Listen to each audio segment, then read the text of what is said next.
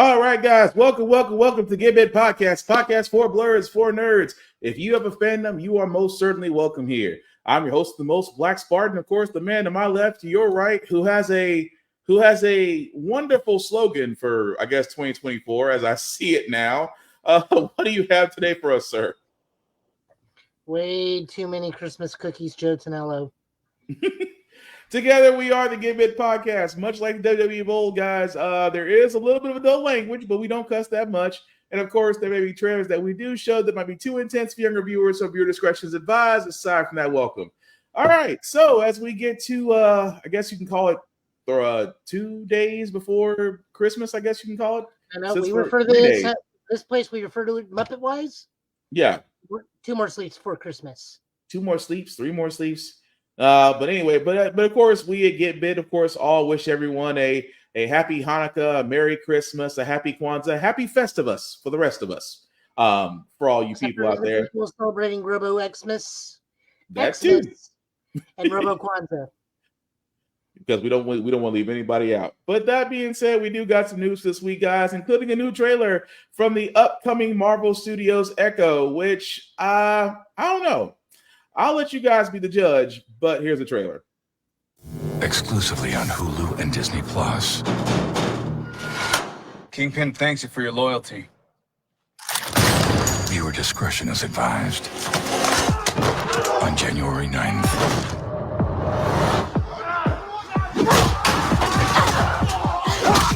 All 5 episodes. 1 killer drop. I wouldn't have it any other way. Don't miss Marvel's most intense series yet. Maya, enough games.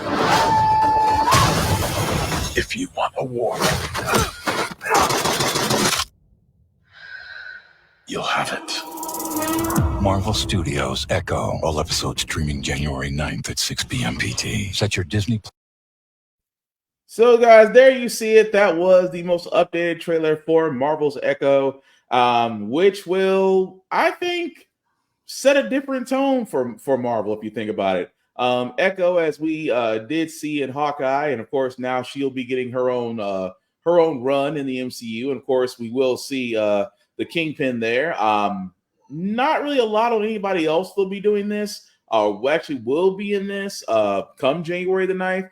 But let's just think about this. I mean, I like the fact that they are definitely I like the fact that the MCU is finally taking a risk, because this is dark, this is John Wick-esque, and it's not your usual blue sky storytelling from MCU. So I kind of like that. It does make me want to make this 5-episode run. It makes me want to watch it. But Joe, what about you? Well, if you look very closely, you do get to see Daredevil, and he's back in the red suit. Okay. But it's one of those literally you blink and you miss it clips in here. So I think this is going to be setting up our ground level stuff and setting the tone to what Daredevil will possibly be, because we do know that Daredevil is being reworked. Hopefully back towards what it used to be prior to what was going to be the previous Disney incarnation. I don't see any problems with this. I do only have one issue with it, where they keep marking it as it's completely standalone. You don't have to see anything else before this to watch that, to which I call utter and total BS. You absolutely have to watch Hawkeye to understand at least maybe half of what's going on and why it's happening. Yeah. So that's just a complete and utter lie right out the gate. But other than that, no, I'm looking forward to it. It's definitely something I do want to see. I'm glad it's dropping all 5 episodes at once. If I can do an episode a week or an episode a day, and then we can talk about thoughts and feelings on it on Friday when we both watch the finale. True. I mean, I just think that they wanted this whole thing of, and I get it, folks who are new to this type of storytelling, they always ask that question. It's like, do we need to watch something before this to get caught up on what's going on? in this case, I agree with you, Joe. In this case, you do have to watch Hawkeye, and Hawkeye #1 is a great series. Also on Christmas, by the way, for all those that keep track of things we watch on Christmas. But the Hawkeye series was great. You got introduced to Lucky the Pizza Dog. You got introduced to Kate Bishop, which again was all great things. And yes, you did get introduced to Echo in that particular series. Now, it will serve people well. I'm going to be honest with you. It will serve you well to actually watch that and then watch Echo, because of this, you'll get a little bit of a backstory. But again, we do love the fact that because it's Echo, the Native American representation is going to show greatly in this, which is exactly what we've been screaming for when it comes to representation across all minority groups. So no complaints there. But again, it's Kingpin. It's Vincent D'Onofrio as Kingpin. I could watch that man monologue all day, honestly. So I've got no issues with that. But again, come January, because MCU is going to need a lot of wins because of what happened, but we'll get to that very shortly.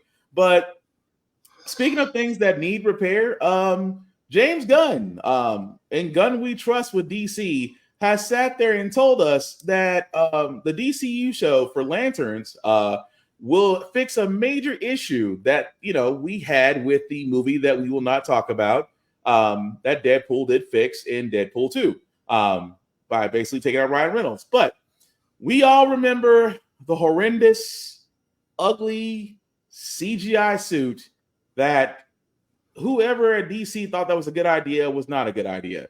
James Gunn has sat there and said very quickly, because he did answer a fan, and I love this about James Gunn. He has no problem. I don't know if this man has a team or he just said forget sleep. But the fact that a fan on Twitter was like, will Guy's suit be real, CGI, or both? James Gunn replies, I can't remember ever having a CG suit unless it was on a CG character. So, with that being said, he has already sat there and said that there will be no CG suits in his show that's going to be produced in the DC universe. Well, I am completely okay with that. But what are you going to say, Joe? Well, I don't think that's what he's saying there. I think he's like, if it's not a CG character, it won't have a CG suit. So humans and whatnot, no normal suit, normal Lacra superhero suit. Well, Kilowog or Salic or. But let's be honest. Do we really want to see that? I mean, on Kilowog, yes. Not exactly that, but Kilowog will need an actual CG suit. It won't be to that degree, but it will be a CG suit on a CG being. That reminds me of Automan, and that's saying a lot. For all those that are me and Joe's age and up, if you watch Sci-Fi Channel, you'll know exactly the show I'm talking about. That literally with the whole trace line suit reminds me of that show altogether. But I do like the fact that you might, and I can understand that, Joe, to a certain extent, that some of the Lanterns may need an animated suit just because of the character makeup. I get that. I just hope that it's better than this. That's I hope so too. I mean, we don't know what Lanterns we're getting outside of Guy and John. Right. So we can have a lot of humanistic characters, because a lot of the characters in Green Lantern, despite them being aliens, are vaguely humanoid. It's only really, really specific characters that are fully non-human, like the ball people Green Lantern that seems to die every single time he gets into a fight. Mm-hmm. Salic, Mogo, which Mogo's just a planet, so you don't have to have a suit at all. They'll definitely have, if they put in Chip will have to have a CGI suit, unless someone wants to get a actual squirrel puppet and knit a little bitty Green Lantern suit for that squirrel. Mm-hmm. It'll be interesting. But it'll be interesting. I don't mind that. For some of these characters, I could see that. But like I said, if you're going to literally have Guy, which they didn't say, I mean, like you said, we don't know what Guardians we're getting, but I would like to think whether it's Guy. Oh, we do? Oh, we do? Yeah. I'm sorry. It's Guy and John. Okay, it's Guy and John. Okay, well then I hope Guy and John.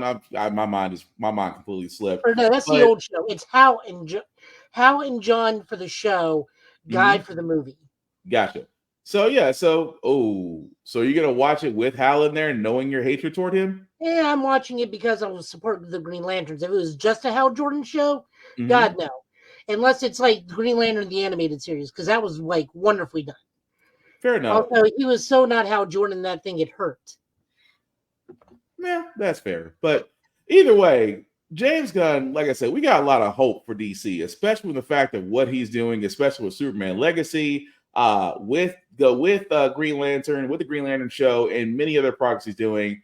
Again, I just hope we don't get this. That's all I'm saying. But sticking with not sticking with DC because we don't want to go to that yet. Let's go to some happy news first. Before we got to talk about the dark side. There's a lot of Ghostbusters. dark side. Oh, we got to talk about that dark side, the other dark side of the MCU we got to get to. But Ghostbusters, I do want to talk about this because this is actually the most updated movie poster for Ghostbusters Frozen Empire. As you can see, completely covered in ice. You see ghosts, you see a particularly looking big bad back there, which I'm assuming is a big bad. They didn't really say that it was. And of course, you have our heroes in parkas along with others, which we do see. We can make out at least the first 1, 2, 3, 4 people, but you notice that there's at least 1, 2, 3 other people farther out that we're not sure of. Now, is this speculating? Absolutely not. But I do like the fact from the poster, and we actually have some more news about this that Joe did discover, and I want him to go over that. But poster wise, I love it. I mean, it's exactly what we think. It's exactly what as Ghostbuster fans, whether you're new or old, whether you remember the ones that were made back in the late 80s, early 90s, or it's your first experience post Afterlife. Love the movie poster. But Joe, there is more news associated with this because we did find out there's more about the plot. So what's going on with that? I love the poster with the exception of Slimer, which is very clearly a PNG just tossed into this poster. Yeah. The more you look at it, it's just very obviously someone like copy and pasted and did a slight tilt. Why can blend transparency onto it? Not to cut you off, but why can't Slimer get his own poster? He's iconic in himself. Why does he need to be on the poster at all? He's Slimer. And damn, you got no love for Slimer? Slimer and the Real Ghostbusters ruined the Real Ghostbusters cartoon. Yeah, I guess you could say that, but damn, we're gonna let him get some in a poster. I'm sorry. It's one of those things. It's like if we're trying to move step forward away from the old stuff, then don't bring in the old stuff. I don't mind if Slimer's there because he's gonna do something with Bill Murray. Like there's gonna be a moment. I mean, Slimer's like the mascot of the series. I understand the whole thing about moving forward. Don't get me wrong, but Slimer's the mascot. You're gonna have something about him in every Ghostbusters movie. Like my only problem is it just really stands out in this poster that it was a copy paste job. I'll agree with you on that. You look at the other posters, he is nowhere on there. Oh, I'll completely agree. That is the worst. That is the worst copy and paste this side of Microsoft. I'll completely agree with you on that. He does deserve better, but yeah. Now, what was the other news that I was talking about? About the plot that we found out that where the setting is going to be for this, as far as it being post Gozerian. Oh yeah. No, this is after Afterlife. The Spengler family, which may or may not include Paul Rudd. We don't know how far out this actually is in the timeline. This could be literally the summer after it, like it says in the video game, or this could be like a year after Afterlife. We do know we are closing in on close to 9 active Ghostbusters in this movie. Kamar Mangiani, that other dude, the Spengler family, plus Ray, Winston, and Venkman, which I think, and Lucky. So we're closing in on like 9 busters. So like half of them have to get taken out or have to be incapacitated at some point for this. I still say we're going to see Oscar. I bet it's going to be one of those things where like Oscar's checking in on Peter or something. It would, but I think it would be not to say that it would be corny, but you got to think that would be full circle for him to come around and be a Ghostbuster for a baby that was possessed. Well, we do know that the gentleman with the blonde hair is not Oscar. He does have a different name tag. So He is a brand new character, possibly a connection to the video game, possibly something else. He to be a wholly individual character.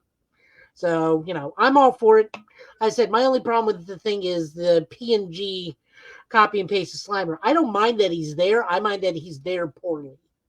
Yeah, that's just again, I'll agree with you. It was that to me, if you're going to put Slimer, at least give him a post of his own where it's a little bit better than a post cut job. That to me was like, yeah, that's cheesy and a bit of a rush job. But again, we're looking forward to Ghostbusters Frozen Empire. Don't have a release date as of yet, but we're fairly certain it's going to happen sometime next year.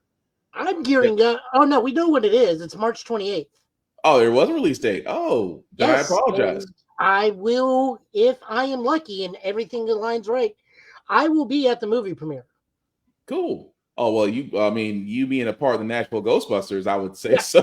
I don't know if it's going to be in New York or LA. They have yet to tell us, and they probably won't tell us till 3 days beforehand, but I will be ready.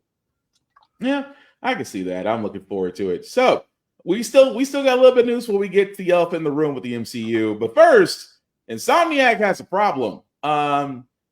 I don't know who that hacker is because, we do know the fate of the one that hacked the GTA 6 clips.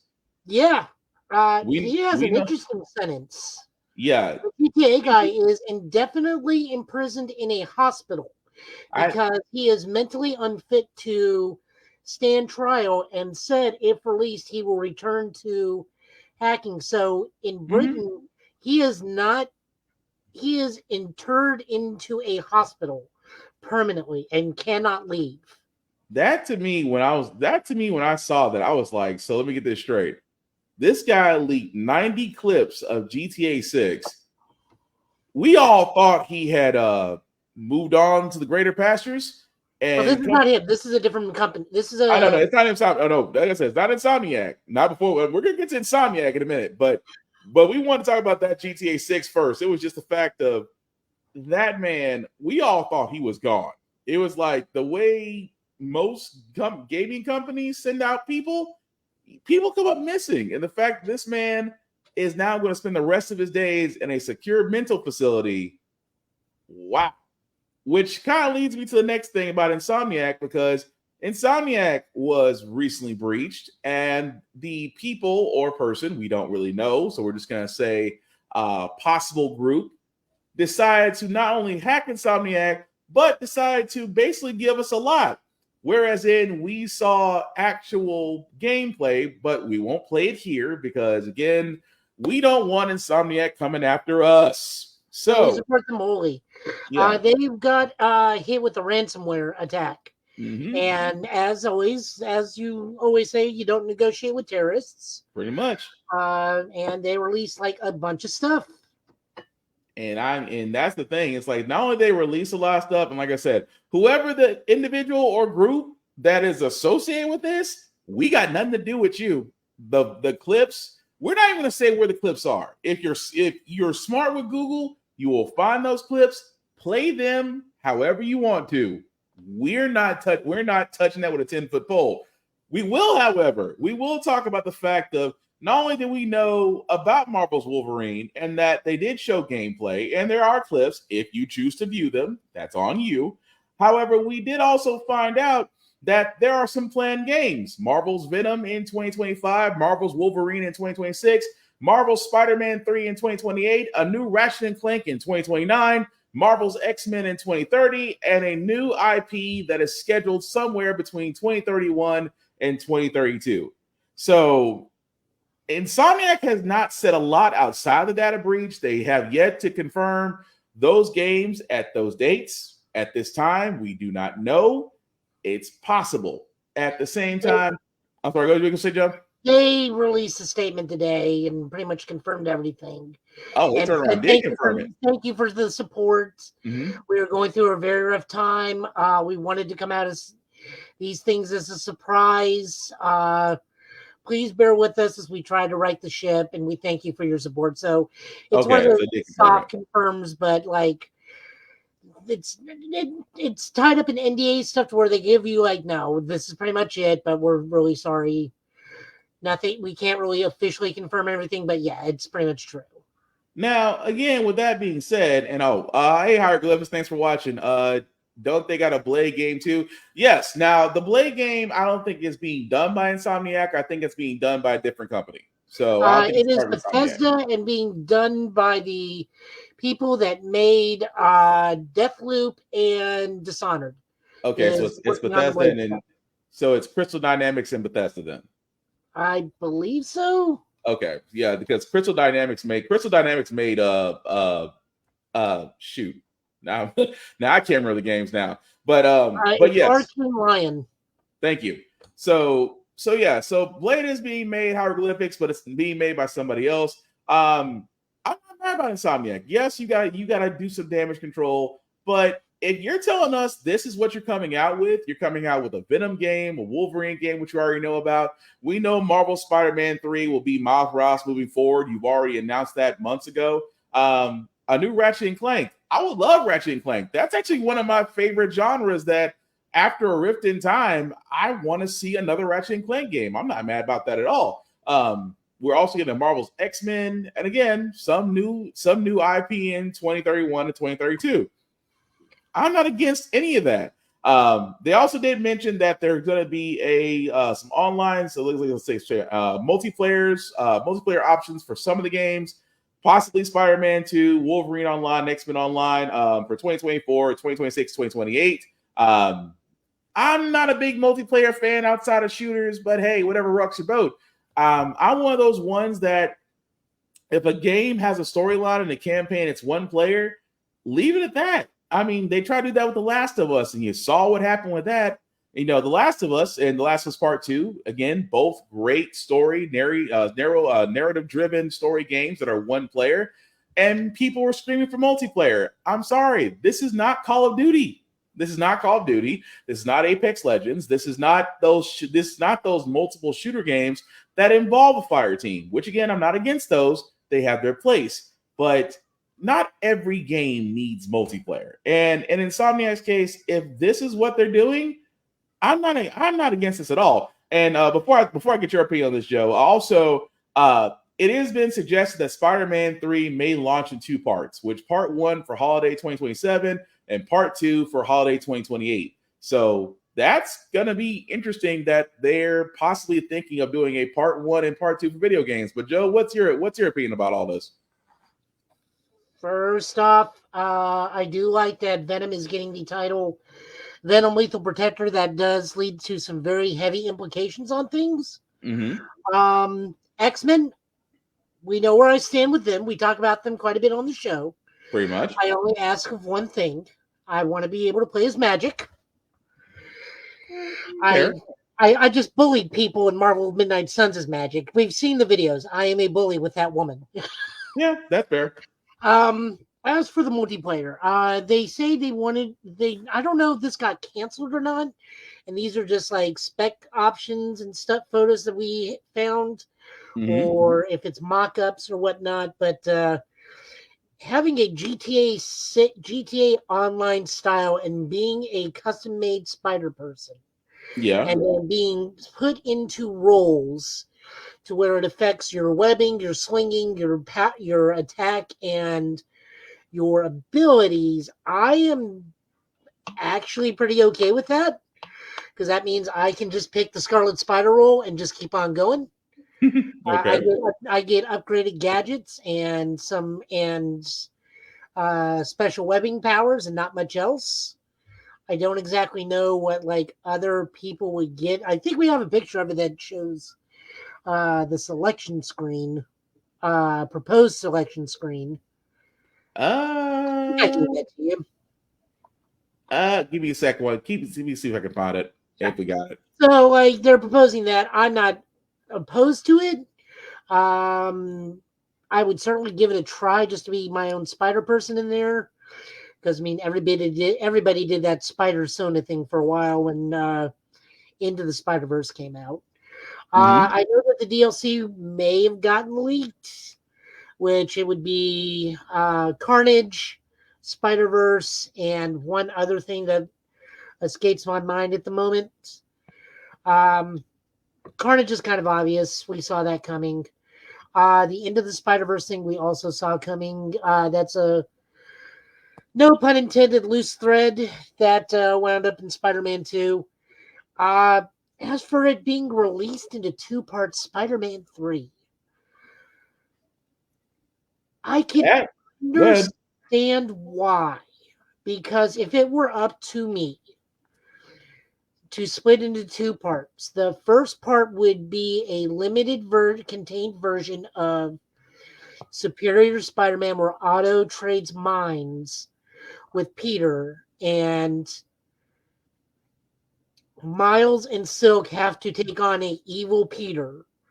And then at the end of that, we find out it's the Normans taking the Goblin Serum. So part 2 is Peter, Miles, and Silk taking on the Green Goblin, because this whole franchise has been leading to the Green Goblin. Yeah. Or possibly Eddie Brock, Miles, Silk, and Peter taking on the Goblin. Either way, it's a nice change of pace. Yeah, like there's no way they're not going to hit Superior Spider-Man. Like that's just too much money. That'd be like them having the opportunity to do Spider Island and not taking it. Oh, hey, Tafari, I'd happily move to a Marvel video game universe if the Cinemac one keeps failing. I mean, it's starting to head that way anyway, so I wouldn't be surprised by that. But I think Insomniac has a lot of great things going. Does it suck that the data breach did kind of spoil some surprises? Yes. Are these good surprises? Remains to be determined. But if you like the clips that you can go see on your own in your own time, again, we're not sharing them because we don't want Insomniac coming after us. Because we like breathing personally. But that being said, it looks like for the news they showed, it's gonna be great. So I guess we just have to wait that one out.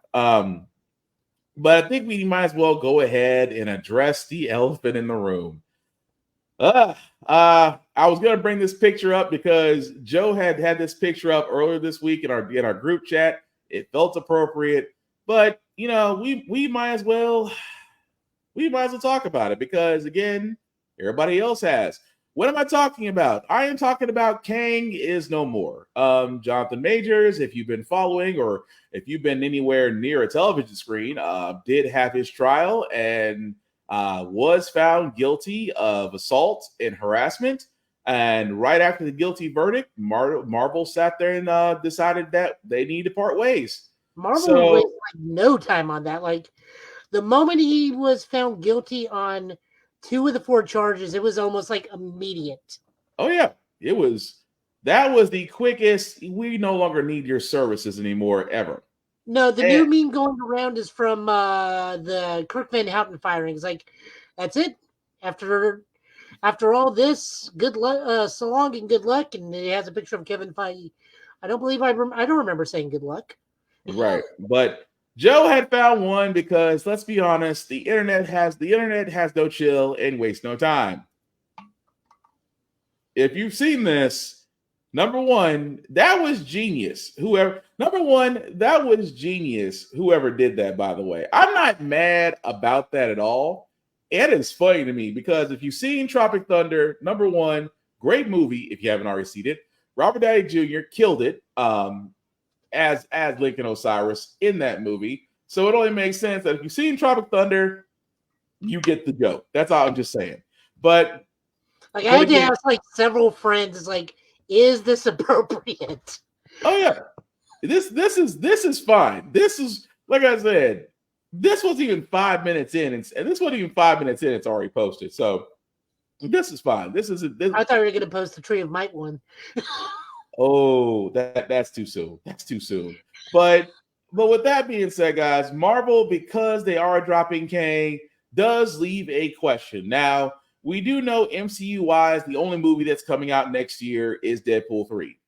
That also being said, Marvel did have Kang set up as the next big bad to tell a host of stories through.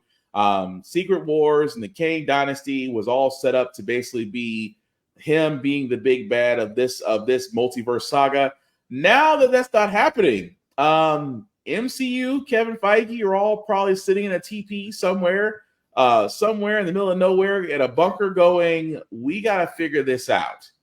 And the question was brought up. First was brought up in Blurred's Eye View, as far as what can be done. And I'm going to bring it here as well because it's a conundrum that Marvel faces right now. Because Majors for his role. I mean, I thought he did well in Quantumania. I thought he did well in Loki. But now that he's no longer going to be playing the Conqueror, what happens now? Do we recast, or do we pull, or do we, or as I like to call it, do we reach for the emergency glass and break it? But Joe, I wanted your opinions on that first. Do you think we should recast Kang, or does the MCU need to go ahead with this time that they have and pivot or go a different route? Well, first off, I'll say this. Kang lasted longer than Black Adam. True. Very true. So there's power landscape thing. So, we are in a quandary here for that.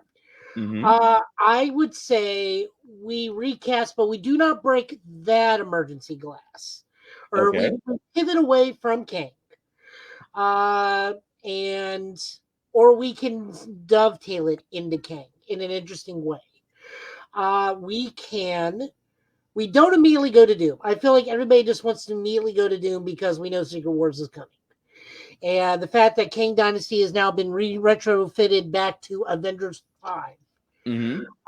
My thing to do would be not to reach for Doom, but to go to the High Evolutionary.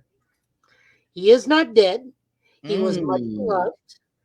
We can even dovetail with him being a Kang variant if we really want to reach, because it's the MCU, so they can do their own thing. They can say the High Evolutionary is a Kang variant in this. Is the Kang variant for this MCU? Because Kang was not technically ever in the MCU proper. He was in the microverse, which is a whole different dimension. And in Loki, he is different variants of Kang. So he was never in that technically. So we can go with the High Evolutionary, which I think is a good idea. If we want to take the recast route, I would toss my hat in, and I keep seeing a lot of people wanting to use Terrence Howard as a joke. Yeah, that's been thrown around a lot. I actually would put in Omar Sy from Lupin. That was also a suggestion that was brought up. That is my thing, because that man is a wonderful actor. I'm very much enjoying Lupin on Netflix, and think he would bring the same gravitas and charisma that Majors carried with Kang, and probably maybe even be a bit better, because he can probably play that forceful role and threatening role just a little bit more, less angry warlord, more smile as I'm throttling you. Okay, so before you go deep into the recast, I got to ask you this. So your suggestion outside of recasting is to basically use the High Evolutionary because technically he's not dead. Would he be a stopgap measure, or would you use him for the extent that Kang was being used? I would use him for the extent Kang was being used and let Doom go after him for his technology. Okay. Because he was a very, very good villain. He was up there. It wasn't like Thanos up there, but he was a very enjoyable villain. And I didn't hear anybody say anything bad about the acting, the casting, or the portrayal in the movie. He was wonderful as a villain. Oh yeah, highly wish the guy, I forgot his name already, but the guy who played him, again, great actor, loved and respected all around. But if it was me, I would love, like I said, if you're gonna, it's like I'm one of those ones that's like Marvel. I'm thinking long term here. Marvel has a year, possibly 2 years, because they have television series coming out. They have television series coming out. they necessarily do not have to produce a movie. And I think that's the thing, that people feel like after Deadpool 3 comes out next year, that between 2025 and 2026, that Marvel has to produce a movie. I don't think they need to. I think that Marvel can take this break and reschedule it, redraw the map properly.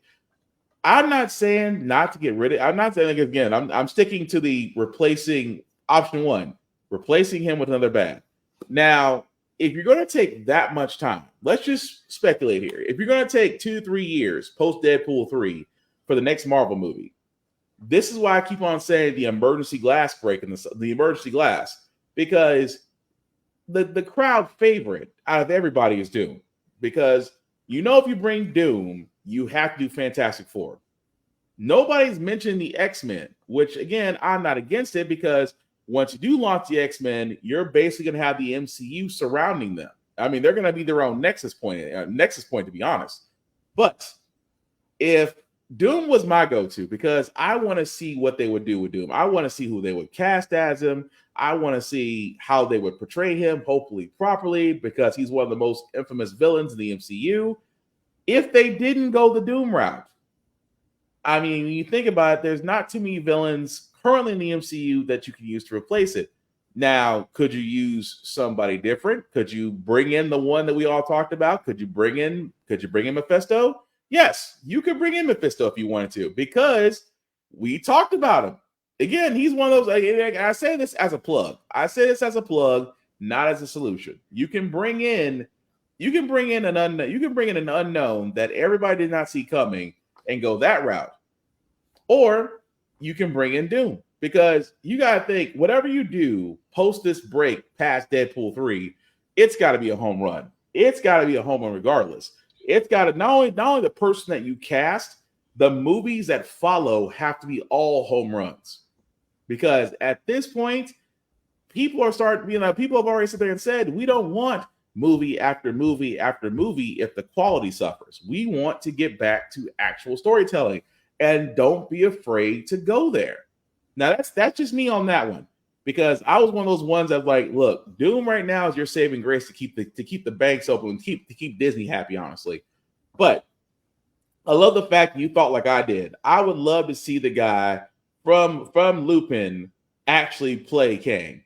Like, if you're gonna recast Kang, get someone like him. The man has range. I would even go with, I dare I say, Giancarlo Esposito. I would love to see him as Doom. I think his plate's a little full right now. I mean, he's already got his hands everywhere. I mean, because he's still going to be the Mandalorian in some form or faction. He's not dead over there. His character on the Mandalorian is not dead. So he's got his hands full if it was me. But there's plenty of other actors that you can put in that place of Kang that could still have Kang, and you can still tell the story. You can still tell the variant story. And that's the things I'm getting at. Like, for that simple fact of the matter, that you could tell that story at the same time, you can keep the Kang going if that's the route that you decide to take. Now, on the other side of it, if you do got to replace with a big bad, it has to be somebody that's going to be a brand name. Unfortunately, you don't have a James Gunn there that's going to be able to take an unknown or lesser known villain and put him to the level of Thanos. I mean, unless you have a director that's going to be able to do that successfully through movies. My only problem with Giancarlo Esposito is that he is a man of age. Yeah. So I don't think it's out of the question that he could be like Immortus or even Ramatet. But to get him to be Standard King and Silver Centurion, and I only see, and this is just me, and this is only because he is older, I have no problem seeing him against space wizards with laser swords. Because let's face it, they are not the biggest, burliest people in the world.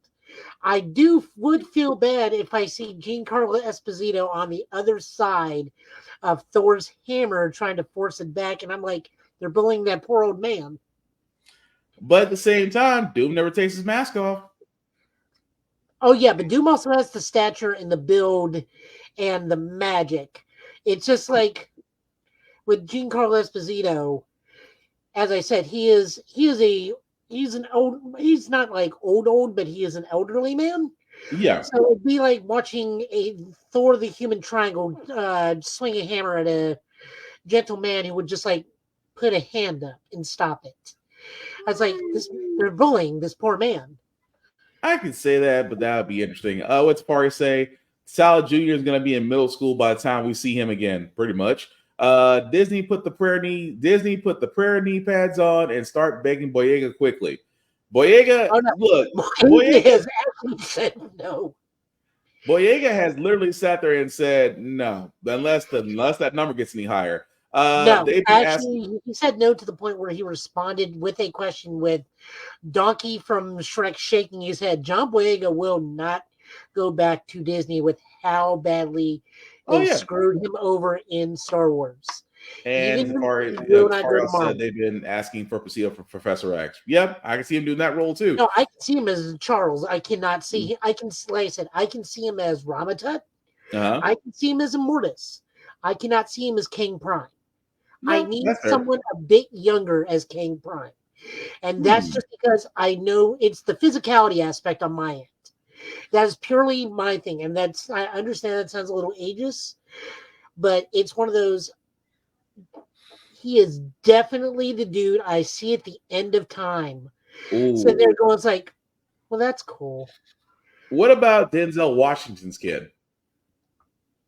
As long as we do what we're doing in Monarch, where Denzel is Ramatut and Immortus, and Denzel's kid is Kang, so that we have the crossing aging aspect, like right there. Yeah, I'm down for that. That makes perfect sense. I'm just saying. I mean, it's Monarch right now. I mean, it's a long shot as it is, but still, I see your point. It's a long shot, but I see your point on Here's that. The problem there is that we deny ourselves as Denzel as the Blue Marvel.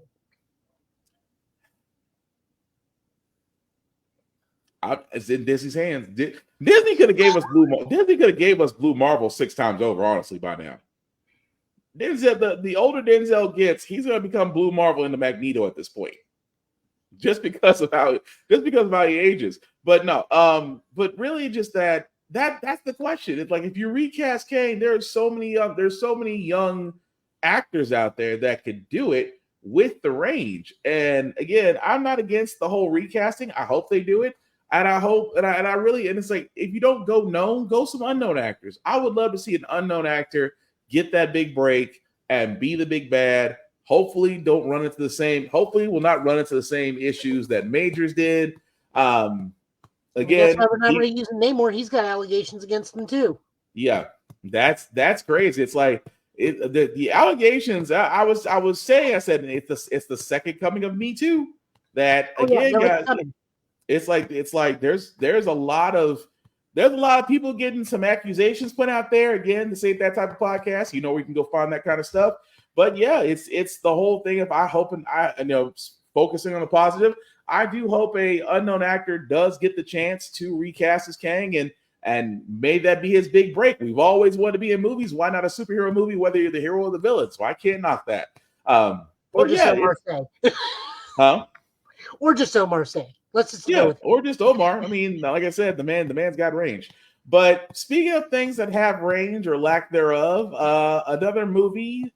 Or I should say the last movie of the DCEU did come out today, Aquaman The Lost Kingdom. However, with most movies, they usually get the whole red carpet treatment, press releases, stars making their rounds on television shows and things of that nature. Well, in this case, Aquaman The Lost Kingdom actually didn't get the quote-unquote red carpet treatment. They actually got a smaller gathering of reporters, friends and journalists to come watch the movie. Now, again, that movie is out. I haven't seen it. Joe, have you seen it? I'm not seeing a baby getting killed. Okay, so neither one of us have seen it. Now, the reason why I say that, guys, is because reviews have came out, and you guys know our opinion on reviews. Critics are paid to hate on things. Critics are paid to praise things. But I like to go by viewership. And right now, a lot of viewers are saying no. They're saying that some people sat there and said it was an extension of the first one. Some of it says that it was forced. Some said that the ending didn't make any sense. Again, we're not saying anything about the movie. Where I'm just actually just explaining the feedback that I'm getting from friends that I went to go see it. You guys, what are you guys saying? Don't worry, guys. We got Madam Web and Craven the Hunter coming. So yeah, this movie was so bad that Jason Momoa already came out and said, "Look, this movie is not going to be for everybody. Mm-hmm. This is going to be for a core group of people, and I'm really happy you guys are going to enjoy that. But honestly, I don't think this is going to impress a lot of people." So even Jason Momoa is saying, "I am sorry, this is a bad film." But he's got Lobo, so he's happy. But I mean, the first Aquaman, I'm gonna be honest. I mean, we liked the first Aquaman. We thought it was a nice way of telling the story. Not to make Arthur Curry look like a punk, because Super Friends did that for him. Wheels. I'm just saying that the way they made him look, they did make him look like the weakest Justice League character. But the first Aquaman was great. Say what we say, Joe? Said, "Oh, the powers of SpongeBob." Pretty much. But the first Aquaman was great. The second one, because again, this was at a time where some people felt like, out of all the DC movies, that Aquaman probably had the most success, and that the second was supposed to follow up with this. And then we found out about the Amber Heard situation. We found out about the script writing. We found out about how they wanted to do this. Then the reshoots. Then she's back.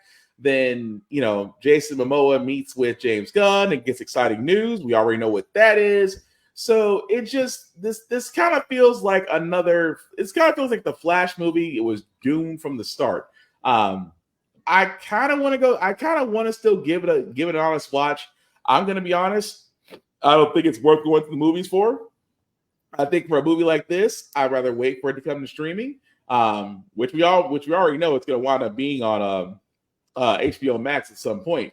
Hopefully not as fast as Black Adam, because Black Adam was on HBO Max within days, and I think that's the fastest. I think it's the fastest I've ever seen a DC movie go from the theaters to streaming in that amount of time. Now, again, this is just my opinion. I know Joe, like he said, he's not going to go see it. Please don't let our opinions influence yours. We like I said, if you like Joe said, that Jason had quoted, this is maybe for a core group of fans. If you're in that core group of fans, hey, go enjoy it. You have every right to.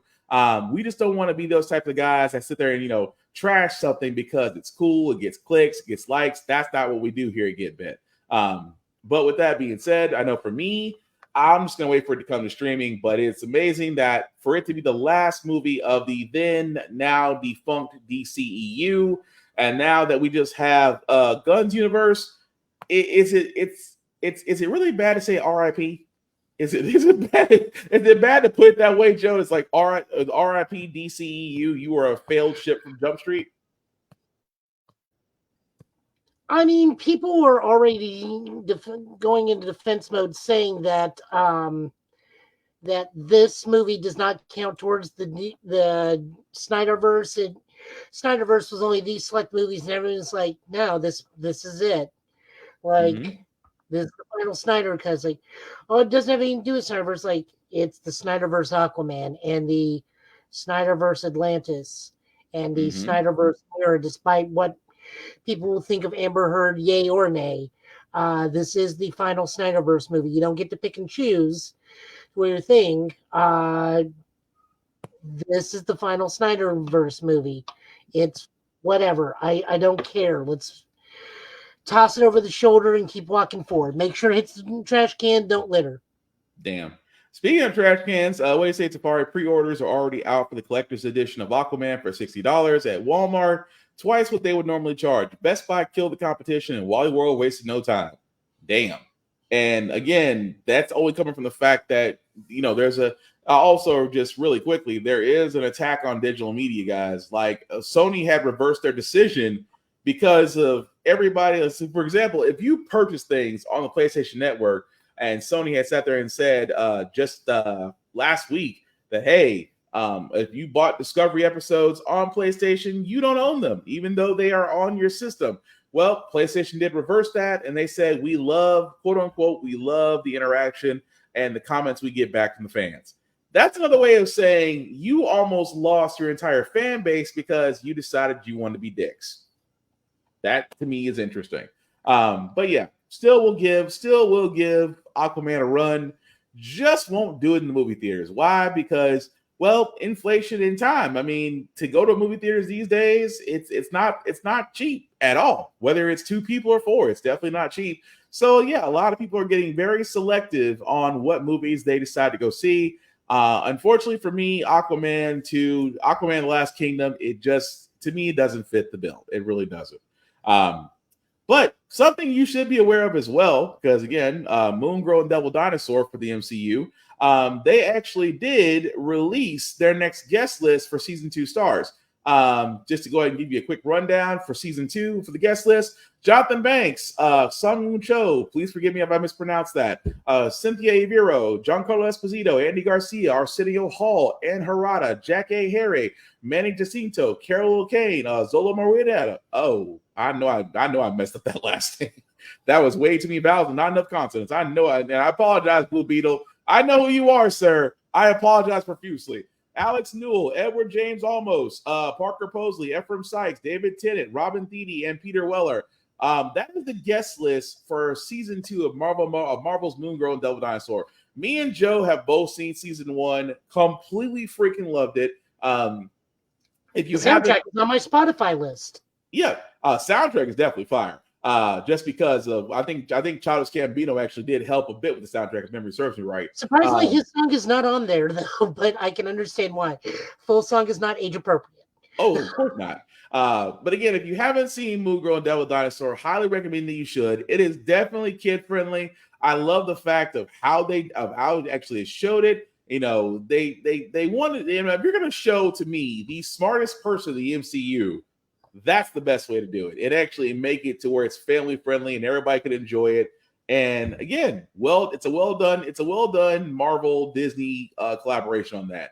But with a season 2 guest list like that just reminds me it's going to be interesting. That's all I can sit there and say. But speaking of interesting, Marvel season 2, what if? Did we see this coming? And yes, we're going to talk about it. So before I get into it, yes, we are going to talk about Marvel season 2, what if Nebula had joined the Nova Corps. Spoilers ahead. If you have not seen this, and I am saying this because, again, I know a lot of people haven't. If you have not seen this, now is the time to mute us and give us a few minutes because we're going to talk about it. But Joe, have you had a chance to watch episode 1? Well, this is awkward because now I have to mute you. Oh, you haven't seen it? No. Oh, damn. I am sorry. Okay. Well, we're going to... Okay, it's Nova Corps. Nothing, unless you're Nova, nothing ever good happens to the Nova Corps. Well, the thing about it is this had such and I'm just gonna be honest about it. This had such a Blade Runner Sin City feel, but I loved it. That they kind of told a different story of Nebula, that she was actually rescued by Nova Corps, that she was actually introduced to the Black Guard, that you did actually see some guest characters. I'll leave it at that. There are some guest characters in this episode. I will not name them, but they definitely did make the show. At the same time, I like the fact that Nebula really got her own episode, in so much more that she almost played a certain Nova Corps officer, which again, if I have to say any more than that, I wonder about her charades playing ability. Now, of course, they didn't suggest that she was that person, but again, very distinctive qualities. That's almost, I'm just going to leave it at that. But overall, it was a great episode of What If. I love the fact that What If is not just sticking to a certain timeline. They are going all over the place with episode 1. So let us know in the comments if you've seen it, whether you liked it, you didn't like it. Personally, for me, I thought it was great. Joe, my apologies. I know I forgot. I didn't know. I had the option of watching it or taking a nap, and like an adult in his 40s, I took that nap. Fair enough. That's fair. That's fair. But no, you're gonna like it. I thought it was great. But then again, there hasn't been a bad What If episode. I mean, even last season was still great. So I can only imagine season 2, they had a lot of time to really go into it. And again, Karen Gillan does voice Nova in this, does voice Nebula in this. So again, great. cannot have no arguments whatsoever. As we are getting a new episode, I believe every Friday. Every day. It's every day. It's every day. Oh, Every so we're day. gonna get one today. Then. So that means that we should be getting one today then. No, scratch that. This is Monday. today's episode. I was gonna say every day. I said no. If they give us one Saturday and Sunday, I highly doubt it. So it'll be No, Monday. they are. It's supposed to be one a day. Oh, so we'll be getting one tomorrow then as well. Okay, then. I apologize profusely. I thought Marvel was going to stick with the Monday through Friday route. My apologies. But anyway, let us know what you guys think. Let you guys know what you think in the comments about that. And also Percy Jackson and the Olympians. For all those, because I know a lot of people are really waiting to see that. I am going to say it's highly recommended. I will leave it at that. Okay. Go ahead. No, I was saying okay because I was hearing it was getting panned. It was getting what?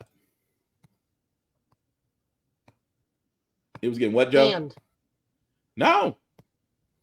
It actually was good. I was highly impressed with it. And you know what it is? Because I was hoping because of the books were actually great. I mean, get me wrong, books were awesome, but the fact of how they did the live action, don't get me wrong, the first live action was great. The Lightning Thief and the Sea of Monsters, love those movies, no issue with them. But I love the fact of the direction they're taking with this one, especially with the storytelling. It is slightly more darker, but at the same time, it's not overbearing. And again, it's 2 episodes out there right now. I liked both of them, but again, let me know in the comments what you think. I had no issue with them. I highly recommend watching them. But no, it's a strong series, Joe. I'm going to be honest with you about that. It's a very strong series. Okay. But with that being said, guys, Yu Hakusho. Sorry. Say what? I didn't get to watch Yu Hakusho. Oh, I want your opinions on that. I didn't bring it up because I was gonna say that, but go ahead. I have my problems with it. Ultimately, Okay. I think it's very good, but I think that they rushed too much and that ultimately underserved both Genkai and Toguro. I did not want them to go directly into the Dark Tournament. I wanted season 1 to end leading into the Dark Tournament. Mm-hmm. And then season 2 be nothing but the Dark Tournament, because the Dark Tournament is so broad and expansive. You have such a list of characters that are important to the tournament itself that I feel like it could have been its own season. And as I said, it just really underserves Genkai because she's just there. It's like, I'm training you, and now I'm dead. And then just underportrays Toguro. See, I can see that. I really could, because I think what they were doing was the same thing they're doing with One Piece. I think they were trying to give the average non-reader or non-anime watcher a glimpse into this. And that's where I'm just like, I can understand it, because the training with Genkai was definitely short. The training with Genkai was definitely short, but at the same time, a choice was made because of what they were going with the story. Now, was it the right one? Probably not, because again, like you said, Genkai got short. Genkai's training arc did get shorted. Now, I do like that they added Kuwabara to the training arc, but then that comes to me where, I'm not going to want them to do the Saint Beasts. That's too much effort and too much on their job. They did get the Makai insects, which from the Saint Beast arc, which ultimately led to Yusuke being killed and whatnot. I'm not spoiling anything. That's literally the first 2 minutes of the episode. Yeah. If you don't know that your main character starts dead, like in Dickens, that's on you, not us. Yeah. But I feel like we could have at least done a condensed version of the Genkai arc and the Genkai tournament with Rando, and that gives Kuwabara some of his wins. Mm-hmm. Because that's the other part I don't like about taking away some of the stuff, is it takes away from Kuwabara. And the Dark Tournament also has some good stuff with Kuwabara, which expands on his character more. So that's kind of where I wanted them to pull them back and just let the Togoros be in the background, because they were setting up just fine. The setup was fine. Yeah. So just have the two girls like, oh, this kid's going to be one to look out for because he won the Genkai tournament. Yeah. I mean, Yeah, that's that's how I would have set it up. Like, I did no, not like that we got like but that's what I'm that. saying. Like you said, I just didn't like that we got the full dark tournament right into it. That was my issue. Well, that's my thing. Is just that I agree. Like I said, I think they had to make a decision. I think that's why I was saying they had to make a decision on exactly how they want to do this with the episodes that they have, because it really wasn't a lot. But again, I'm not knocking it, but still a good series. Again, in the comments, let us know what you guys think about Yu Yu Hakusho on Netflix. It is definitely highly recommended. That being said, guys, that's really going to do it for our news. Joe, I see that your comic books are ready, sir. So you can go ahead and take off with that. You got to watch Monarch yet? Not yet. I'm waiting on it. Not yet, though. But go ahead, sir, with the comics. Go ahead and go with the comics. I'll just be right back. All right, first issue, not episode. We're jumping around a little bit this week, guys. Usually we go DC Marvel Indies. Not a lot of Indies came out because it's like the final week before Christmas, so a lot of stuff is coming out. We are looking at Vader number 41. This is part of Dark Droids. Vader got hacked in the last episode, and in this issue we learned that through the use of the Force, he got free of the hacking and is slowly been able to reprogram the droid that hacked him to where he can take over any of the dark droids that got hacked using the Force. I'm going to chalk that up to Vader being Vader. And now he controls his own droid army against not only the droid empire, but now a splinter faction group of the empire itself, as they were revealed in this issue. So I guess after Dark Droids, Vader's going against a rogue faction of the empire that's going against the emperor and wanting to rule itself. It's not too bad. This is written by Greg Pak with art by Raphael Anico and colors by Federico Blee. Dark Droids is continuing, and honestly, it's been pretty good. I've been enjoying it. Again, I wish these books would just condense it to at least 3 titles. I say this every time. They go way, way too broad with this stuff, and really should have only kept it to Star Wars, Vader, and Afra. Speaking of Afra number 39, also part of Dark Droids. This is written by Alyssa Wong with art by Ming-Kyu Jung and art by Rachel Rosenberg. That was odd. Sounded like my chopper just said something. Oh god, the Dark Droid is here. That's bad. I should have bad. Oh, what are you talking about, Joe? I'm sorry. What you said? I was talking about Dr. Afra, and I thought my chopper said something, and I'm like, well, that's bad. My chopper's been infected. Your chopper that is like the worst. That is the worst timing for your chopper to kick in as you're literally talking Dark Droid Saga. That's either terrible timing or you're gonna put it down. I can't put that thing down. You got to put that. So this is the penultimate issue to Afra. As I learned, Afra ends next issue.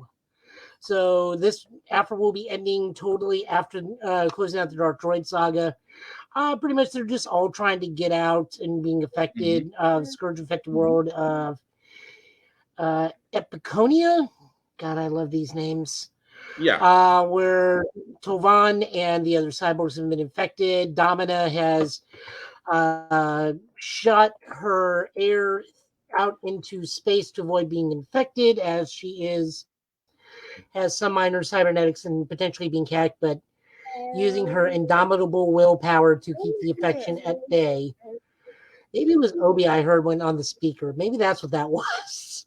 If you heard Obi, because Obi just woke up, so you probably heard him just literally yell before I could mute it. So that's probably what you heard. That's probably what it was. It's like, should I be worried? I was gonna say that'd be impressive. Book, Good book, good art. I'm kind of bummed that Afra is ending next issue, but I think this is probably one of the most successful runs they've had with her, and she is a wonderful character to do. Yeah. Also just to reverberate, just to go back one, Darth Vader versus the Scourge probably is the best thing going on with Dark Droids. The fact that Vader is basically re-engineering his own technology against him. Like I said, I thought that was just good. And Afra was interesting because it's I kind of saw her going that route, but both were good books. I dig them. Jumping over into DC, we got Godzilla versus Kong versus the Justice League issue 3. This is written by Brian Belisado with art by Christian Deuce and colors by Luis Guerrero. Just more monster fight in this one. Looks like Godzilla has killed Superman. The Justice League and Justice Society are taking on Godzilla, with some remnants taking on a Cthulhu crab creature over in Central City with Barry and Hal. Ollie and some of the other people, Ollie and Supergirl on Skull Island, taking on Kong, which Kong was actually kind of like chill about it till Supergirl punched him. Then that started the fight all over again. Diana and Donna just like pretty much subdued the Mammoth Titan and just like talked to it for a hot second using their lassos. Like, can you just like go? We don't want to cause you any trouble. We don't need any trouble from you. And the Mammoth Titan's like, okay. And just slowly walked off. And then the most confused looked like, I think he got the message. And then, of course, he got them because Batman, they caught the giant bat thing. It's just a big slugfest at this point. And then Lex finds, I am unsure if that's supposed to be like the eye of Mechagodzilla. I thought that for a second, but I wasn't sure. So this technically may be happening in between Godzilla and Kong in the upcoming movie, if that's the wreckage of Mechagodzilla. Possibly. Oh, really, son? You're right in the face. So not bad. Again, we are just reading this and promoting this because Godzilla just is reigning supreme over everything right now. In fact, Godzilla. No, I was there thinking about the fact that Shazam tried to sit there. I mean, Billy had sat there and let Superman get roasted, and all of a sudden he wants to fight Godzilla. That was interesting. Well, but no, I mean, he does like electrocute him. But don't get me wrong, it's a good story. It's a great story so far. I mean, the fact that you do have the kaiju kind of winning some battles. But the comments, those in the comic forums right now are going head to head over whether or not Superman can take a blast from Godzilla. That is an interesting conversation itself. The answer is no. Yeah, on top of that, some minor Godzilla news. Godzilla -1 has been extended once again, so it's running for an additional 2 weeks.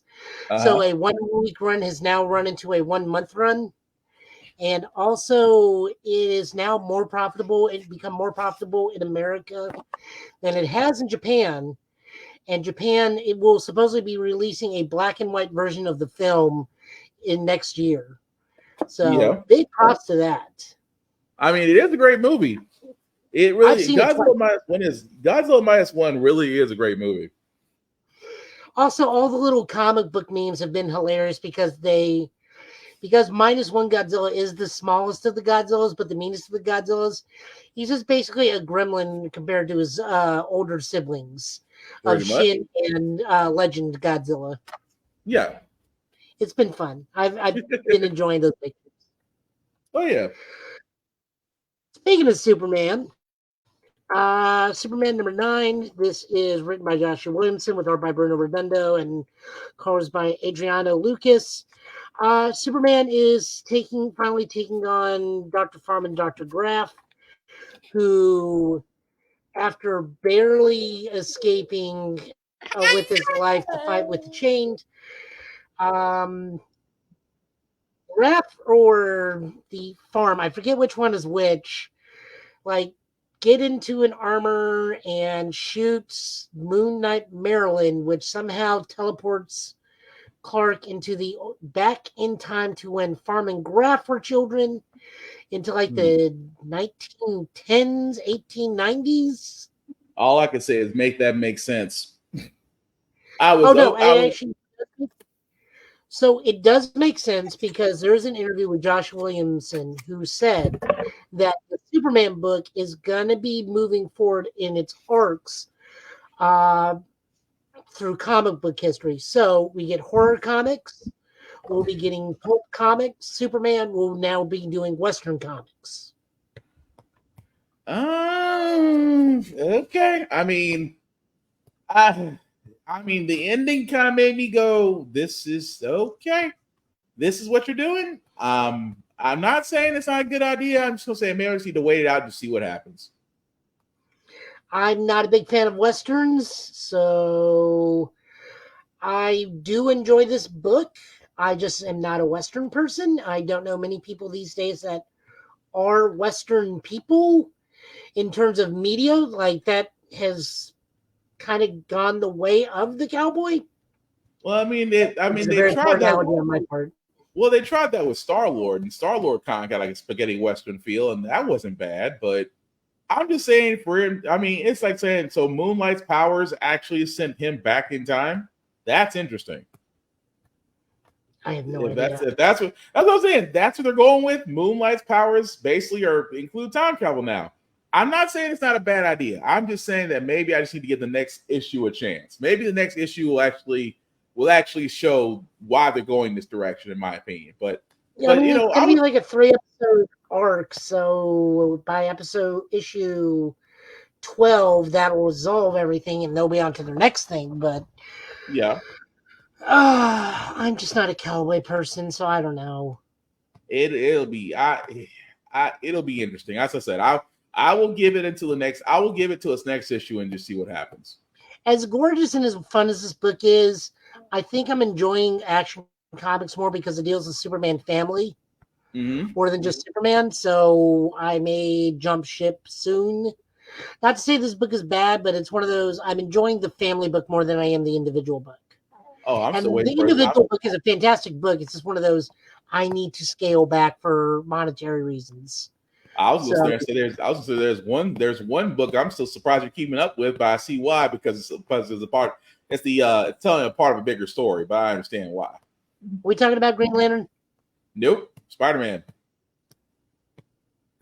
Oh no, I put the book on the list so we can just crap on it tonight. That thing looks god awful. Okay. Now, the Green Lantern book actually was interesting because of the Howl book actually became interesting because Razor popped up in it. Oh, cool. Okay. And we learned about Kilowog. So, well, I have to get back on Green Lantern because I still want to give Green Arrow. I want to give Green Arrow a shot, considering the fact they're trying to make that the next run with Amanda Waller targeting him. So that's going to be interesting. Which actually, that is no longer a limited series run. That is a full series run now. Oh, nice. Okay. So it went from a 6-issue to a 12-issue to a full ongoing. Well, that shows a lot. That shows they have a lot of faith in that. We're not looking at any of that. We're looking at Wesley Dodd Sandman number 3 from last week. Supposed this week, because we did this week, and if anything I was going to cover, it was going to be this. We get a name for the evil Sandman. He is known as the Fog, which, while it's not the best name ever, this is a Golden Age book, so we will let that slide because we had the Fog, the Mist, Starman. Yeah. You only had simple names. You only had so much you could do back then. I'm just saying. We weren't creative back then to have Negasonic Teenage Death Warhead. That's true. Or Nuke. This is written by Robert Venditti. I hate that they are so small every time. This is written by Robert Venditti with art by Riley Rossmo and colors by Ivan Placinia. I'll go with that. We'll go with that. Also, mildly graphic book, guys. My apologies, but this is a bit of a graphic book this time around. Just Wesley trying to figure out who torched his house and who took all the notes and all the gases he made. We learn it is the evil Black Sandman, black-coated Sandman. There's no other way of saying that. He's a Sandman who's in black attire, who is now going by the Fog, and Gas is Sandman, and Sandman is now probably He's as on a a fever result of dream. this may be meeting. I was gonna say he could potentially be meeting Morpheus again. Yeah, I can see that. Because the fact that said Dream to the Dam, so that's probably about right. The next issue is gonna be Dream to the Dam. This will mark, if that's the case, and this marks the second time that Wesley has met Morpheus, because we learn old school wise is that Morpheus is the reason why Wesley has prophetic dream powers. Because he can look into the dreaming and see a limited future by the blessing of dream. Oh, cool. So that probably will. So they probably will wind up meeting each other. Maybe. I hope so. What do you think? No, it was a good one. I did like the fact that when I saw the Fog, I'm like, it's the Golden Age, guys in black. Let's just roll with it. I said, it's the Fog. Let's just roll with it.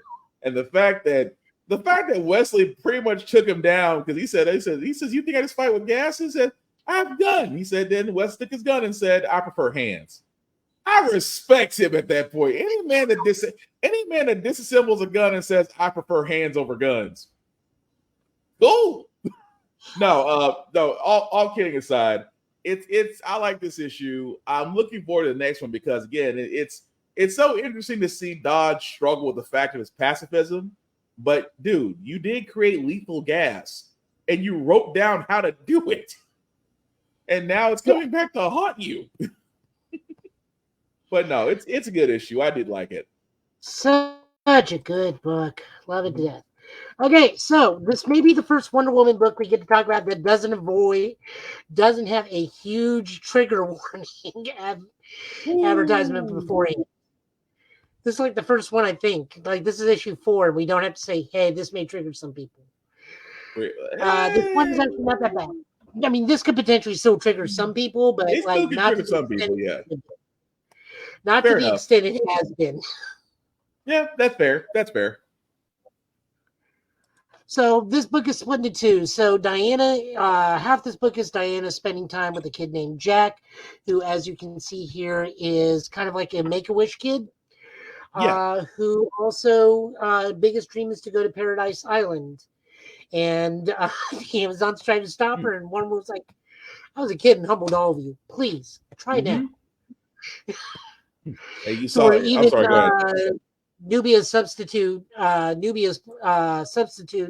It's like, just let her do what she wants. That tells you a queen has learned. It was like if Nubia and Hippolyta couldn't stop her, what am I gonna do? Jack also comes out to Wonder Woman and just questions like, I'm not like my parent, not like all my friends who like Batman and Superman. I really enjoy you. Is God doing this to me because I am gay? And she's like, no, God, no. It's like, this is just how things are. And then of course, like, Jack's like, you make a really good mom, and she's like, oh God, can you imagine me as a mother? That'd be terrifying. And yet, well, we'll get to that part. That I like the backup story. And the flip side of this book is we learn that the King of the United States of America, again, is definitely a Golden Age villain.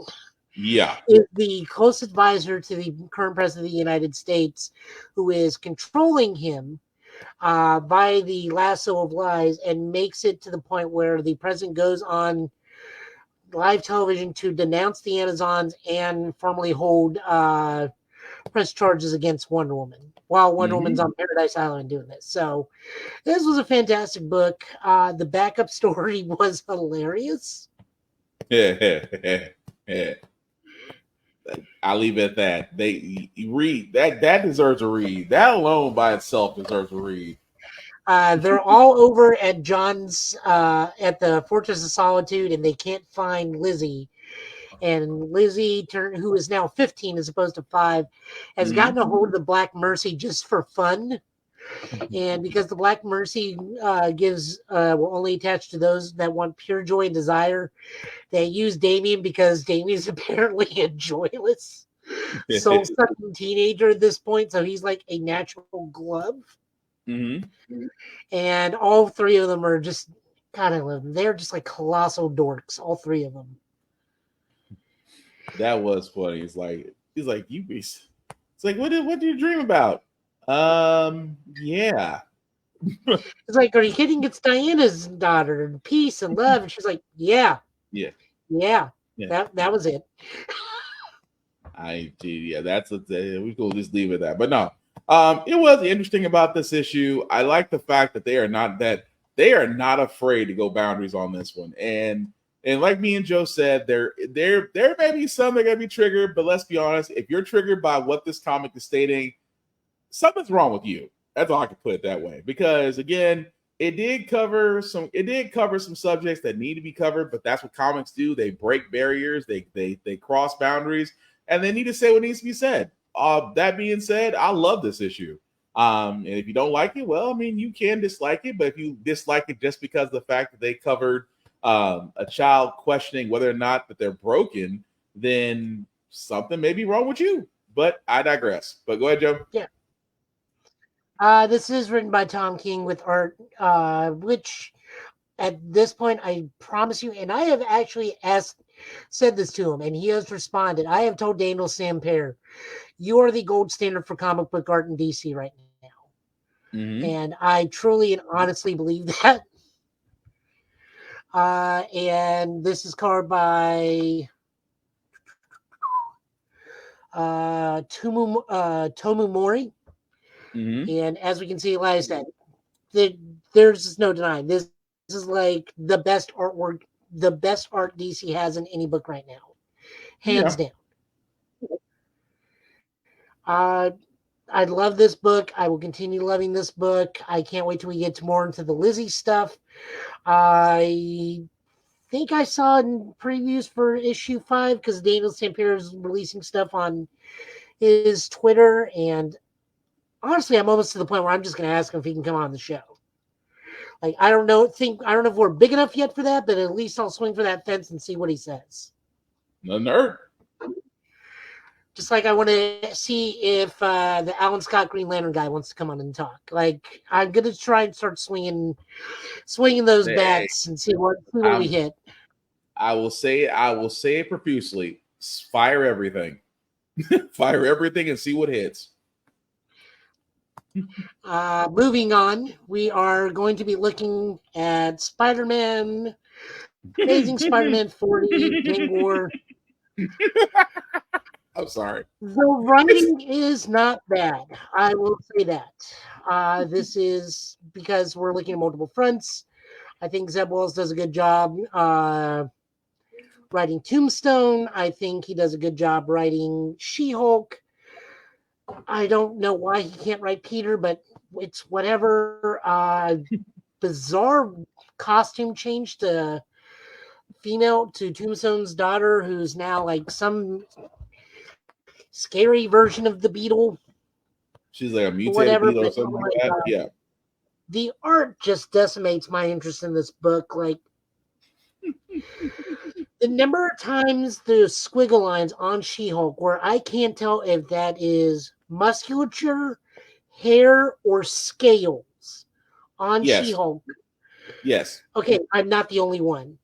Like, there's a big surprise of who, because they're all gearing up because Tombstone's like, well, Fisk is coming, like the whole book. Yeah. And they keep like side paneling the Rose. And if you don't know who the Rose is Wilson Fisk's oldest or youngest son. I don't know because they introduced that half son, which I don't know. I want to say the Rose is the oldest. I want to say that, but I'm not 100% sure about that. Yeah, so they keep saying Fisk is coming. So we keep thinking it's the Rose coming for Tombstone's territory, because if you can get control of Tombstone has everything. Meanwhile, Madame Mask has officially gained full control of the Magia or the Mafia. We'll just call them what they are. She's got full control of the actual Italian mob. And other things are going down. I think next week he's going to have the Chinese mob part war with Deadly Hands of Kung Fu, gang war with Shang-Chi. But like the art is so god awful. Like I can't pay attention to the words that are being said on the page because the art is bad. Yeah. I'm surprised you stuck with it. I'm not gonna lie to you. That's dedication. Like the book is fine. Like the writing's fine for a change. I don't have a problem with Zebul's writing this one because he's doing okay with every person, but John Romita Jr. just needs to go. Like he's the bigger problem sometimes, more than the writing. Yeah, this is not okay. I'm not disagreeing with you because Spider-Man feels like a Lego block character, but you ain't wrong. Oh my god, it's awful. Still funny. It's still funny. It's so bad. Oh, beyond. So bad. I mean, we all know where this is going to end. Like, when they say this is coming, we know where this is going to end. We know who's going to be ruling the criminal underworld again. And we know that this is going to repeal the superhero law in New York. Like, we know the ending. Oh, yeah. Did you manage to make it through this? Oh, I did. I mean, I did. I had to for the story, but the art, as you said, is horrendous. Story-wise, it makes sense, but you have to really focus on the story because the art is just horrid. It's terrible. It's just good and terrible. Moving on, we are looking at the finale of Uncanny Spider-Man. This is our final book of the night. This is kind of a toss-up. This would be my book of the night if Wonder Woman 4 didn't come out. So, like, that's sharing that spot. This is written by Cy Spurrier with Lee Garbert and Simone Bonfantino. I hope I'm pronouncing that right, as artist. And Matt Mila is colorist. This just pretty much is going to start leading into the big Fall of X, Fall of X Powers, Fall of Powers or something. The big book in January that's going to like end the Orchis saga. And then put X-Men on the back burner until July. So Nightcrawler is in the hands of Orchis under the watchful eye of the Vulture, who is infected. We learn not with Legion, but with somebody else from the techno-organic virus. Yeah. Or the Phalanx, excuse me. Different thing, different virus. We learn that the little devil that's been with him is a part of Legion. We learn that Silver Sable and Mystique actually do get along, and Silver Sable or Mystique doesn't mind that Kurt's dating Silver Sable. She's like, "I see why you like her." And he's like, "Oh, because of this is like because you think her butt looks good." Oh, that wasn't. I'm sorry. That was such a meet the parents moment. Just I see why you like her. It's like it's like, really, Mom? The Oedipus complex, familiar with guns, shapely figured. You remind him of me. That's like, not the Oedipus complex. Oh no. I like the other one where she makes the joke is like, "Me, my mother." Then you just hear Mystique in the middle of a gunfight. One of your moms. That was funny. That part is the part that I laughed at because I was like, "Wow!" In the middle of a firefight. I know this is like the worst time, but meet my mom. Also, we see the Mystique's powers have grown a little bit more. She can apparently alter her body to the point where she can hide guns within herself. Oh yeah. And we don't mean like I don't know how to phrase this without sounding horribly sexist, but like not the usual way we hide guns on women. Like literally her chest cavity peels open to reveal two huge handguns in it. She's like, "Yeah, I keep telling you, my powers are more than just shape-shifting my body. I can alter." She does explain it. I can't alter my DNA down to the very atom. So it's like she does explain it multiple times, but still, it's like it's almost like a shock to everybody. Like, you can do this? I thought it was just your appearance, but So the end goal in this one is actually Kirk frees Legion. Legion drains off any of the phalanx that was taken from him to control the other mutants, but we do learn that Adrian Toomes the Vulture is using a different phalanx strain than Legion, so Legion cannot drain it off him. So Legion's free. Warlock. Sorry, Warlock. Yeah. There's a lot of mutants you got to keep track of right now in X-Men. Right. If it ain't Game of Thrones. So Warlock frees Cloak, Dagger, Feral, and one mutant I am not familiar with at all. There, and then after they leave, he hands the mask back to Spider-Man, and Pete's like, "Well, I mean, not everybody can use beating up muggers as therapy, but you do you." That was funny. But no, I enjoyed this book greatly. This and Wonder Woman were definitely my books of the week, like hands down. Oh yeah, it was definitely a good one. It really should have been called Meet the Parents, but again, still funny. We say Safari, her powers basically got everyone murked in Days of Futures Past. Yeah, pretty much. The ability to change her powers down to the atoms, that makes sense. But no, it was a good issue. I definitely had no issues with it, but the whole thing of Kurt and Silver Sable being together, and the fact that the next issue has them meeting both parents eventually. Oh, count me in for that one. That's gonna be funny as hell. Oh no, this is it. Oh damn! I hope there would be a Rise of X. I hope there would be a Rise of X cameo somewhere. I would hope. Yeah, the Rise of X, Rise of Powers. We'll probably continue this story, but Uncanny Spider-Man is over. Like all the extra Fall of X books have ended. Okay, so we are heading to Rise of X. Yeah, January is Rise of X, and then Rise of Powers, and then they will make a formal announcement. They've already been putting out the teasers that July will be the new line, and we'll reveal new books. So I only have one request on when that happens: a consistently good New Mutants book. I think you'll say make sure John Jr. is nowhere near a Spider-Man book. Well, I mean, this is the X-Men. This is the X-Men X house. I can't control that. Now, if they do want to take requests, continue with Madeline Pryor. Give her own book and let her have the Ben Reilly stuff. Let her have that. Or give Ben Reilly a happier story. No, I mean, let Ben be what Ben is now. I don't need Ben to have a happy story. I just want him to be used, and just give Maddie a book, call it I don't know, the House of Limbo or something, or the Embassy of Limbo, or Exfernals, or whatever we want to call it, and then just let Ben Reilly be used over there in that book, because we know he's not going to be used over in the Spider House. Exfernals does kind of get a good ring to it, but I do what I can. It does kind of have a good ring to it. But anyway, thank you, Joe, for that, for the comic book pool, sir. As always, we always want to show love to Rick's Comic City.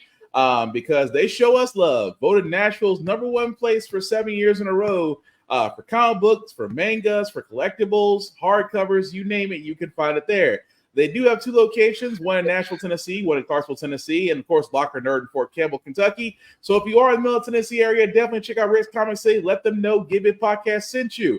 Doesn't get you any discounts, but hey, lets you know because we're basically on their screens at all their stores. So they show us love, and we want to show love back to them. And again, if you are not in the middle Tennessee area, please support your local comic book stores. Support your local your local bookstores, your local mom and pop bookstores, any place, and then also your libraries, any place that you get books outside of the big box stores or Amazon. Support them, especially in this day and age, as we're in the D days of Christmas Day shopping. And also, if you're in the libraries, as Joe has got there right there. Kids, read the banned books because long story short, there are people out there that are trying to keep you from reading stuff that actually you should know that helps you grow as a person. And again, read the banned books. Why? Because there's something in there that don't want you to know that you need to have for your development. So if you are in Middle Tennessee area, definitely check out Rick's Comic City. And if you're not in Middle Tennessee area, again, support your local comic book stores, support your local bookstores, support your mom and pop stores, shop small, and support your local libraries. Why? Because these are the last places to go to where you can actually get physical copies. And if you haven't noticed lately, there is an attack on physical copies out there as they all want to go digital media. But I digress. But as we wrap this up, Joe, anything you want to let people know that you're doing or want to let them know what you're doing about? I am slowly streaming if I'm awake enough to do it. Some Monster Hunter over on my Twitch. Trying to get back to mastering because I bought Monster Hunter Rise on my PlayStation 5. Fortunately, it does not have crossplay, so I can't carry all my stuff over from the Switch. Okay. Meaning I got to go from Tier 1 back to Master Rank all the hard way. Nice. Thankfully, I know what I'm doing, so while there will be a lot of grinding, it will be at least fun to watch because I do know how to dodge a monster. I gotta get back into Monster Hunter. I haven't played since Jesus. It's been a while. Let's leave it at that. It's been a while since I played Monster Hunter, so I'm definitely gonna be rusty as all get out if I ever do get the chance to play it again. But where can they find you watch, Jim? Twitch.tv/Joe Italian last name. Other than that, I'm not doing too much. I don't think I'm importing that over to Total Justice Gaming. I'm just leaving it on the Twitch at the moment. Gotcha. Okay, and also do check Joe out at Total Justice Gaming on YouTube as well. And also, before I get into myself, guys, I do want to talk about Blur Station again. It is a new venture that myself and others have gotten onto that I highly recommend for other people because again, we know Netflix, we know Amazon Prime, we know Hulu. We do love our streams, so we do love our streaming services. However, our streaming services as of late are dropping medias, changing medias, and increasing prices. And finally, something is coming around that is for people of color, that is for blurs and for nerds to enjoy. And that, my friends, is Blur Station. You can definitely go to blurstation.com. And from there, it is $10.99 for streaming. There is plenty of content out there for shows, for anime, for comic books, music. It is definitely a growing medium. So if you do want to join it, if you do me a favor, click the Join Now button up at the top right-hand corner. Select the Blur's Eye View membership, Affinity membership, if you would be so kind. And under the Infinity Influence Partner, you can select anybody there. Roomful of Blurs will be watching myself, Black Spartan, Safari TV, Navy Montel, or Geek by Heart. Basically select us and then select the $10.99 Affinity membership. Why? Because with that Affinity membership, if you stick with it for 36 months, you'll get something that no other streaming services is providing. You can actually own a piece of Blur Station after paying 36 months of $10.99. $10.99. You can still pay this and get food. To me, that is very crucial. But definitely select there again, select any influencing partner there, select the Affinity membership and subscribe and enjoy what's behind Blur Station. You will not be disappointed. After 36 months, you'll be able to own it. You'll be able to own a piece of Blur Station. It does not get any better than that, but definitely check it out. Now, as for myself, guys, you can find me Blackbox447 on all the socials. I usually do reviews of everything that I watch, that I read, and gym stuff because I try to keep myself in shape as best as I can. The link at the bottom, I'll make that a little bit bigger for you guys to see. You can definitely copy and paste that link into the browser. It'll take you to our YouTube and Facebook groups for all the podcasts, How the Fact We Got Here, Get Bit, and of course, Off Podcast. Get Bit podcast can be heard wherever podcasts are seen or heard. That is including Spotify. Very soon, Apple. We just have to get that set up. But every place else that you can listen to us or see us, you can definitely do that. And again, like it, share it, let people know about it. Word of mouth is the greatest weapon we have against the algorithm. And trust me, the algorithm doesn't favor everybody, but help us out. We're just trying to make it. We're trying to get big. Me and Joe are trying to make this the permanent job for us, which would be cool if we could. But I tried making the TikTok. Besides TikTok. But also, guys, I tried making a TikTok, and then I learned I'm 40 and don't know what I'm doing. Hey, that's how we all started on TikTok. It ain't just you. But we do want to thank everybody that liked, that watched, that commented. We really do appreciate this, guys.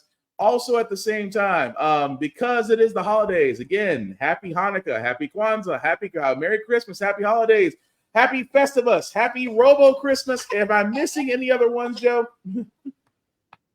Did I cover almost everybody, or I feel like I've missed a few? No, we're good. I don't think anything. Plus, I don't know what holiday celebrates Conchu, so we're safe from that. Cool.